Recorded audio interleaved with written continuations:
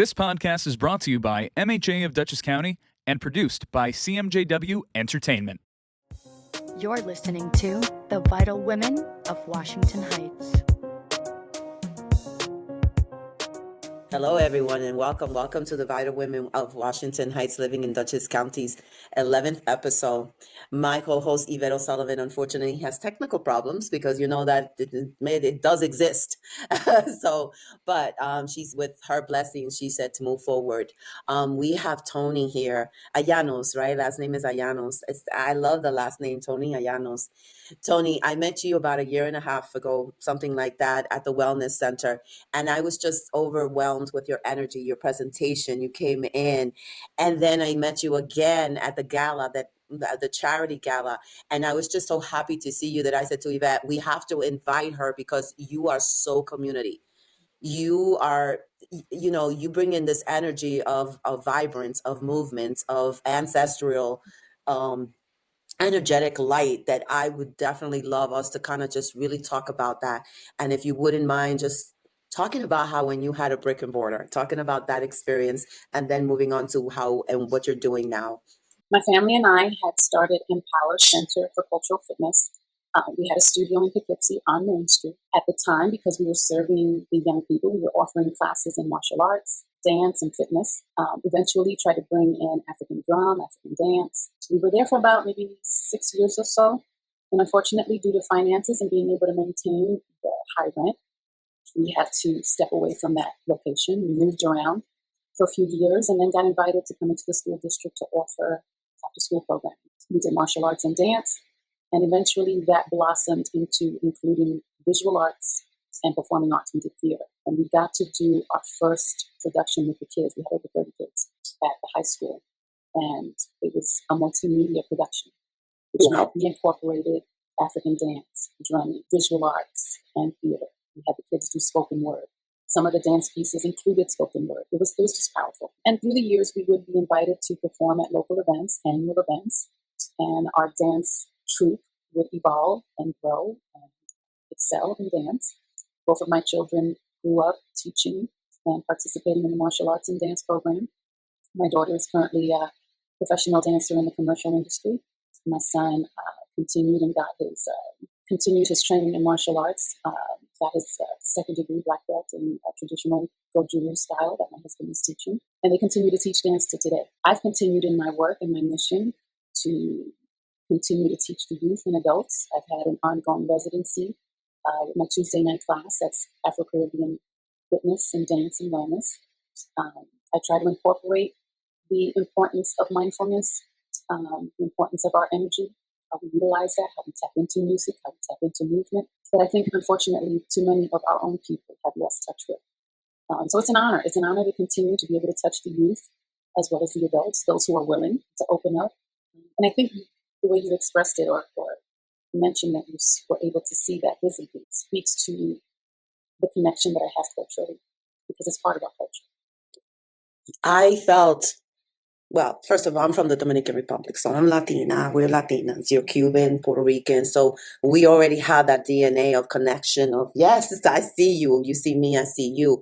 So it was just amazing to see, just to feel you on that dance floor. So I can only imagine when you express that to others that you're teaching and how movement is so important for mental illness. And I want to pause a little bit because that's important, because what we're talking about today is about how movement can help you release, to relax, so you can empower yourself and remember your body, the movements of your body. We have it it's imprinted in our DNA, the movements, la salsa, el merengue, el whatever, la cumbia, tú sabes, el movimiento, the hips. We need that release. That's what how people used to heal. Talk a little bit about that. But before we move on, I just like to mention that MHA Mental Health America of Dutchess County is our sponsor. And we're so happy. Yeah, I mean, it's all coming into place, Toni. It's all coming into place because having such an organization sponsor our podcast makes sense because we're having the same conversations. They have wonderful programs that they offer for the youth and for the, people that are seeking for mental illness, people who are veterans, they're located at 283 Manson Street in Poughkeepsie, guys. Check them out. If you guys feeling some kind of way and you need guidance, give them a call. Andrew O'Grady's always saying there is no health without mental health. So with that said, I wanted to kind of just give that space that who is sponsoring us so we are able to be here and talk and have these conversations with people like Toni who definitely, you've been of the community for so long, and now your children are of the community as well. So talk to me, sweetheart, on how that feels, how when people release with movement, how that mind feels, that mindset. To me, it has always been everything. It's the moment where you see the connection, where the student, the participant, allows for the release. They're open to it. And I want to reference a couple of things. I don't know if you or your audience is familiar with a documentary called Alive Inside. No, but thank you for that. I'm writing it down. This was a documentary that followed patients, elderly patients, in a nursing home. A particular gentleman wanted to do an experiment. And at the time, he was using, I think, iPods, the mini iPods, right?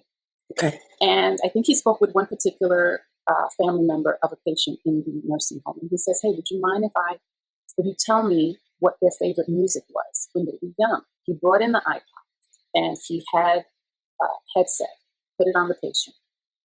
Almost immediately, listening to their music that they loved, maybe back in the 30s or 40s or 50s, is like a switch was turned on. It opened up memories that had been dormant. So a lot of patients, if you've ever gone to a nursing home, are just sitting, not speaking, not moving, nothing. So he realized the effects and decided to bring in multiple devices and have several patients listen to iPods, listening to their particular music that they loved in their youth.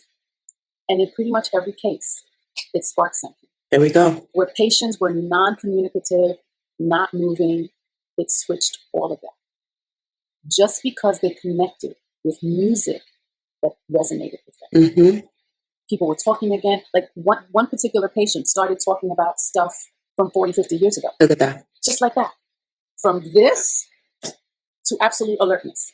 And then with my college students, I taught at SUNY New Paltz for 20 years.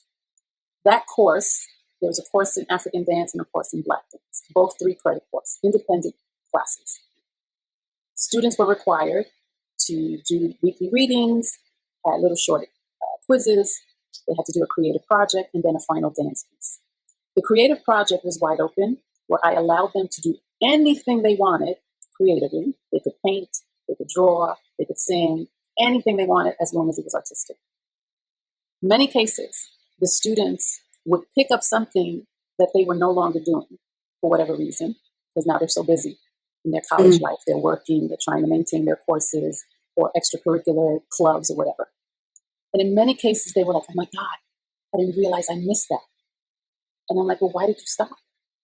You really shouldn't stop connecting to that thing that gives you a release, that feeds your spirit. And in many cases, because I created a community within the class, the students were open to discuss their trauma, whether it was mental, emotional, or physical. So a lot of it has to do with who's in front of them, who's guiding them. Are you able to connect with them, to touch them in such a way that they trust you? They're open to you, and you're able to pull the best out of them. Sometimes it's not just, because you teach something wonderful. It's how are you resonating? How are you connecting with them? Mommy, because you're a healer. You're a healer. You heal through your dance. You heal through expressing your experiences through music. You heal through educating others on how this has helped you look the way you look and be and live the way you live, because with that peace and that giving, I feel like you're always giving. You're such a giver. And no matter what has happened, you still show up with this beautiful light and with this beautiful grace. You know what I mean? And that's what people need to understand, that when you follow your spirit, whatever happens is supposed to happen. It's just the way you work it. You work it, right? Absolutely. And So I'm so unfortunate that so many of our people have lost touch with the vitalness of it because they're on that wheel of I got to survive, I got to provide, yeah, I have to do, but you're not giving back to yourself. So one of the things I would teach within the course is that our people, our ancestors, believed in balance. here we go. Balance is mind, body, and spirit. Not just body, not just spirit. It has to be all three. And what allowed them to endure the atrocities was the one day that they were able to fellowship with each other through music, dancing, coming together, talking. And we need to do that again. We've lost community. We definitely need to reboot. We need to reboot because, and you're showing up right. You're showing up right. The education is important. You teach them babies, teach them in school because that has to be part of their studies on how to balance mind, body, and spirit. How not to, if you need to move, move. A lot of people say, stop, don't move, stop dancing. Listen, stories for real, facts. I worked at Raymore and Flanagan, and I was the dancing sales girl. Good to see you. People used to come in, hello, how are you? My name is Iris. Let me know if you need me, because I don't want to be pushy. But that was my vibe, because they have music going on all the time. Nita, music is good for business too. Yes, how could you resist? Exactly. And how can I resist the music? But how? But this is business. Think about it, sweetheart. Businesses use music to calm people down so they can buy better. They buy more.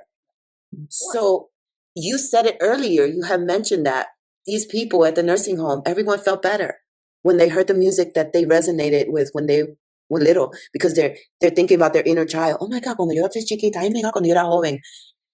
Yeah. ¿Tú ves? It literally turns on a switch. So we need to make it. We need to have better conversations in our community. And also, because in the affluent communities, do they take away the arts? I forgot about that part. And in the poor communities, isn't that one of the first things that get removed? Okay. So our people are suffering because those type of programs don't stay in the schools. They're not consistent. Okay. God, we're going there. Yes, we are. Let's go there. See, they're not consistent because they're looking at the child that has all these traumas and dramas. They might not be interested in art. That's the first thing the kid is going to be interested in. The child that's having problems at home, that the parents are yelling, there's alcoholism or mental illness, they're going to gravitate to those programs. Those programs are going to be the numero uno on their list, not math or science. Art, music, and dance is going to be the numero uno in that child's list. So that needs to be better, because guess what? Everything else will fall into place and get better. You know that, girl. We're offering the after-school programs. And this is not to brag, but just to point out the effects, the impact. The martial arts program my husband ran would maintain 40 to 50 students. The dance, we would have 30 to 35 students.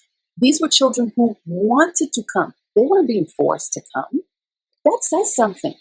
Where other programs, you might see 5, 10 kids in there.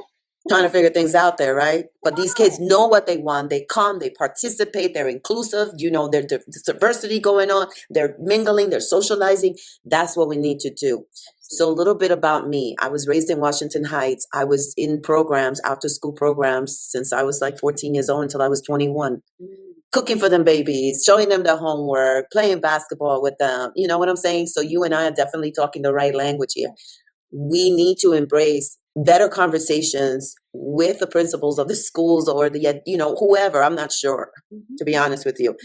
But we need to have better conversations because our children need art, music, and dance daily. Not 1 or 2 or 3 times, 4 times. I'm a Reiki practitioner and I have 3 babies. They're siblings. They come to me every other week and we dance and we talk and we meditate and we do a little yoga and we do a little bit of this and we do a little bit of that. And the father loves it because it does something to them. So you see what I'm saying? We need this. Our children need to learn to be free, connect with their souls, their essence, their spirit. Yeah, girl. We are life force, energy. Everything is energy. Okay, and how some people don't understand that. Some people don't. When you talk to them about energy, they look at you like they want to take 3 steps back because they don't know whether you're going to zap them or something. But okay, so can I just give a quick example? Okay, I used to work in corporate.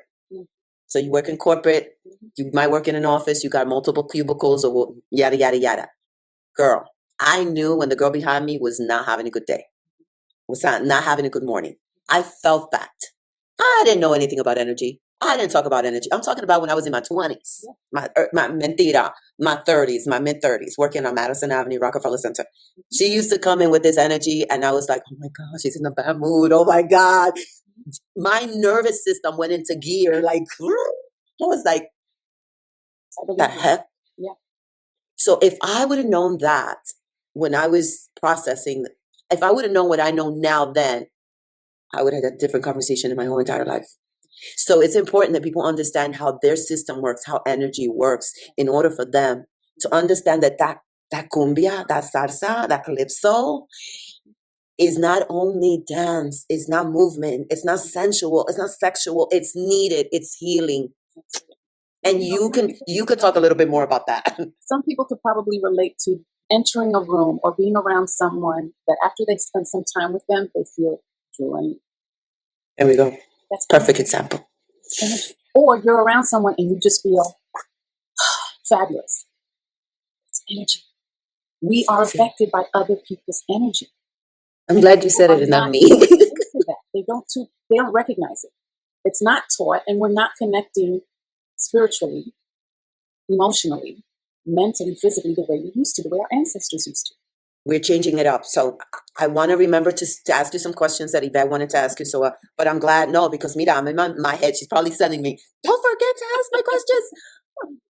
With that said, with children, if you have a mom who's on menopause, going through menopausal experiences, what would you recommend for that mom, especially when she's got little kiddos in the house, that you know as a person that understands the body, understands movement, and is a facilitator, creator, direct, that you know your body?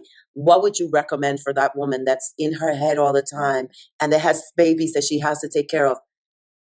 What would you recommend? It's really finding something that speaks to her, that will allow her the release that she needs from her daily routine, from her daily challenges. Whether it's a single mom or a mom with a partner, you have to recognize how to replenish yourself. And that could be in movement, it could be going out for a walk, it could be biking, swimming, painting, drawing. And for people that are in corporate, I would say find a way daily to give 5 or 10 minutes to yourself. Got that. Get away from the cubicle, walk away from the desk. Be center. 5 or 10 minutes can make a huge difference in how you respond or react to the mess that's going on in the office. I mean, for some people, exercise is great. For others, they hate it. Okay, so what else can you do that will bring you joy? That's really what it is. What's gonna feed you emotionally, spiritually, physically, mentally? That replenishes you. If we are not full, we cannot give to others. And who gets the first impact of that? The babies. They're watching everything we do. That's it, sis. If we're jacked up and we're going or doing whatever, calms us, they're watching. And whether you want it or not, that's the example we're setting. Everything. And I'm so happy that you mentioned that, because that's so important. Mm-hmm. Because they're feeding off of your energy. They're looking, you're the projector. They're projecting everything. They're seeing everything. They're feeling everything. So you have to be so mindful when you're raising these kids, how to be. You can't be reckless. Yeah. Especially moms, if you're going through your menopausal brain that you're like, oh my God, I'm losing my mind. Center, recenter, take a dance class. I would my recommendations are releasing that energy, release. Absolutely. And then after you release, Reiki, Yeah. qigong. Those are all other forms. I was just going to say that. I was just going to mention that. Thank you for saying that, because that's such a support. Yes. When you start dancing and you start releasing, you start feeling better, right? Then when you start feeling better, you have to maintain that betterness. You have to maintain that. So when you start dancing and exercising, then you bring in like Reiki. Then you bring in energy work too, so you can sustain, so you can keep that. Listen, I'm a Reiki master and I practice Reiki on myself, and I heal others healing themselves, because I am a facilitator of helping people understand that they can also heal themselves. I'm just facilitating the space and the time and the tools that I know, so they can understand how to use their tools as well. So I don't want to say I'm a healer. No, I'm a healer, but with others I heal. I'm a better healer when I'm dealing with someone else, because that's the point. Then you start journaling, and then you start, what is it that's coming up? What is it new after your dance and after your healing? What is it that you need to write down so you can remember? A lot of people have great ideas when they go to a gym class and they take, they come out feeling they're boom, boom, boom, downloading. You see what I'm saying? Allowing for the creative juices now. There you go. Yeah. It sparks something. We are able to improve our mental wellness, emotionally. For some women who are going through menopause, it may cause issues with them, low self-esteem, depression. So you have to find ways to rechannel that energy. Okay, that's very important you said that, because that's a very, very menopause big time problem. Women start looking at themselves and they're like, they're not as pretty, they're not as tight, they're not as whatever. It's not the same, they're different. We have to learn to have a better conversation on how can we improve being different and making it better, or just working with what you got and being grateful you still got it. Absolutely. Right? Yeah. And I think that's also a big part of our culture was gratitude. Grateful for everything we have and everything around us. Yes. But if we're losing touch with that, then where are you? Because what we have You just said it. affects everything else. We have to be careful what we're thinking, what we're speaking, because that affects everything. It does, because the body holds memories. It holds words. You're creating your own story. We So should if be you're speaking not, to ourselves the way we speak to a loved one. Are you going to tell your loved one, "Oh, you ain't, you effed up"? no, Or no, you give can't. yourself grace the way you would do for someone else. Be careful how you speak to yourself. When we mess up, we mess up. You said something very important, and I keep doing that because I'm just happy. I'm just so grateful for this opportunity. When I was in sales, you had to keep a positive mindset, because you have so many opportunities throughout the day to make money. And if you didn't have the right mindset, when that first opportunity was walking into that door, that client was going to pick that up. Oh, yeah.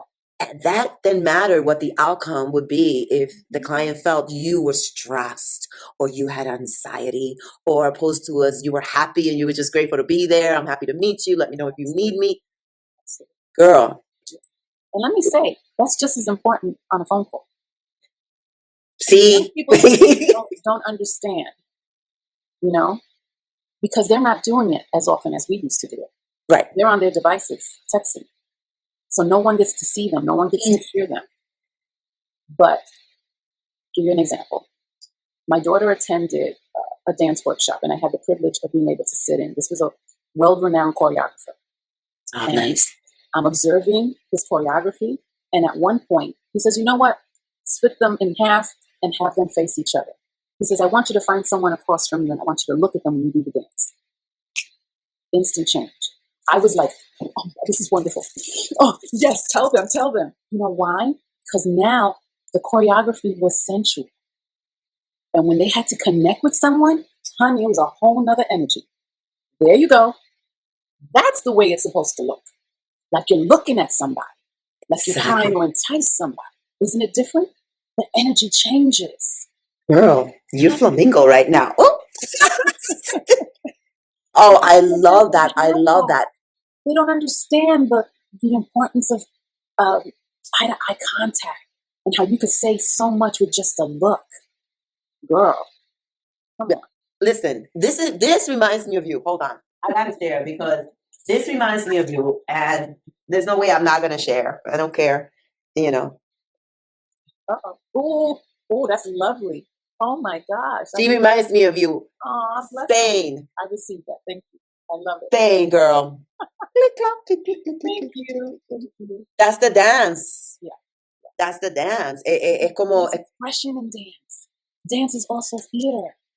You cannot let your audience in if you're not expressive. exactly. You're going to dance and just dance. You're not going to dance. Feeling it all, you know? Oh my Every God. emotion.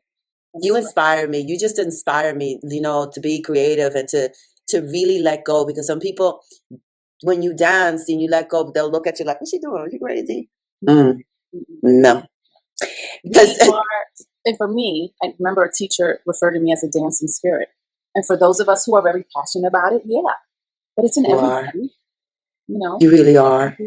A little on a smaller scale and others on a bigger scale. And it's there. It's just how we express ourselves, you know? Us. So I want to ask you more about your dance class, and I want to really, I'm going to go tonight, but I want people to take, now that we're here, I want them to share that experience on why you started this dance class, because you're in schools, you had a brick and mortar, you could be home and just chill, but you're out there on a Tuesday night still serving. Mm-hmm, mm-hmm. And that's, for me, that's what I see is you serving. It's not that you're trying to make some money over here. It's like you just want to do something for the community that is going to be helpful. So just kind of share your love for that, because I feel like that's very dear to your heart. Dance has always been a passion. I think probably since mom's womb, you know. I would find out in my adult years that my parents, whenever they had house parties, my father would play the African drum and my mother would dance. Hence, I would grow up with a love and a passion for African culture, African music, African dancing. So when we moved into this area, and I wanted to go back into the workforce and do something that I could do while I had my child, I went to the local gym and talking to the aerobics director at the time, he says, hey, why don't you consider doing kind of an African dance type class? And I was like, that's it. Because I used to attend an Afro-Brazilian dance aerobic class in the city before we moved up here. Mm-hmm. So I cultivated Afro-Caribbean fitness. I love it. By God's grace, been doing that for 25 plus years. And to this day, it is an absolute honor and blessing to hear people say, oh my God, Miss Toni, I used to come to your classes when you were here. I remember, for them to maintain the memories of what it gave them is precious. And for people, some of them are still with me. And it just speaks to my passion for dance. And my understanding of the importance of the release, I think I'm sane and somewhat healthy because I've been able to continue these classes. It serves me as much as it serves my participants and my members. So I value what it gives and what I'm able to pass on and give a space for people to be willing to open themselves up and see what's in them and allowing them to release. I love that. Have you written a book? I feel like you should, because, well, yes, oh my gosh, because I think, well, I'm kind of sort of intuitive, so I could see you putting something together where people can resonate with that. That's important, because you did it from the heart. You started something from the heart. How can you not, tú sabes, make it better and more? Because when you do something from the heart, it's with purpose. So I feel that writing a book for you would be just like explaining, and people, maybe they need to cozy up. They don't want to go to a workshop. Maybe they just need to read a good book and say, oh my God, I should start doing that.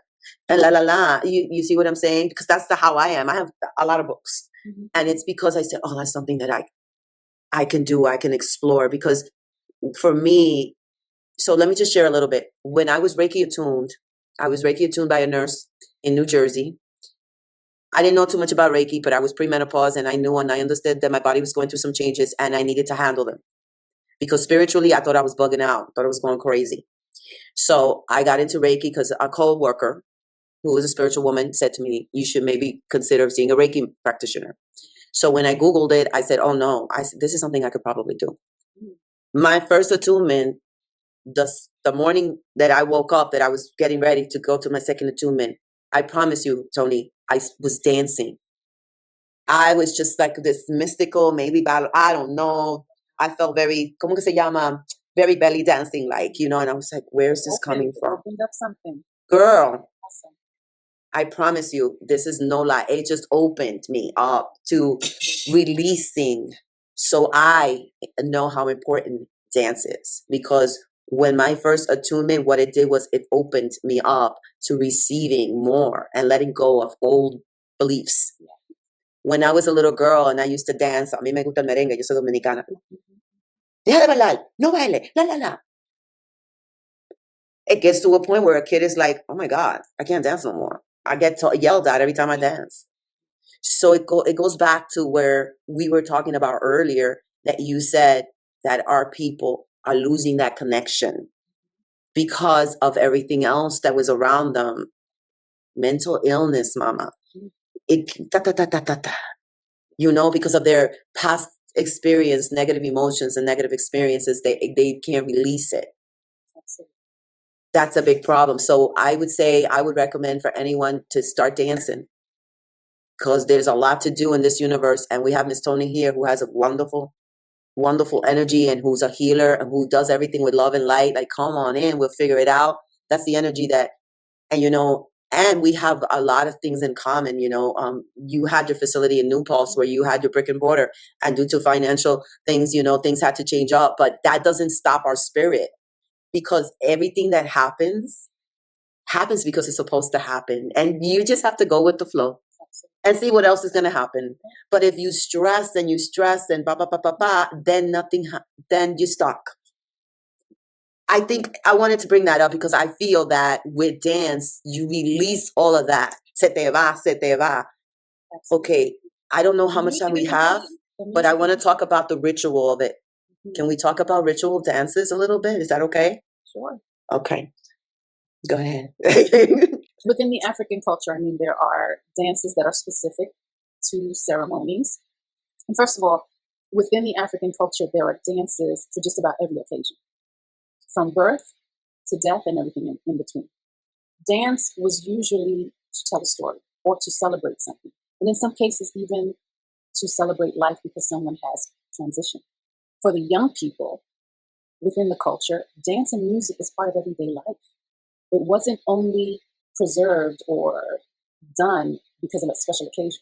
I think Westerners kind of use music and dance in that way. Where if you go to a community in Africa, the vendors may have a drummer drumming for them. Love You may that. see the children outside dancing, or some of the people from that community or village dancing. You know, it's part of everyday life. When I taught at New Paltz, and I would ask the students, how many of you had music or dance daily? Like it was a part of your home. Not all the hands went up. Look at that. So for some people, it's foreign. It's like, oh no, you know, that's when we go out. We weren't allowed to play music or dance in house. You know, that was reserved for special occasions. I mean, I remember it was every day. My mother would encourage me, yeah, Betty baila. Or, yeah, watch her. You know, look what she can do now. It was a constant.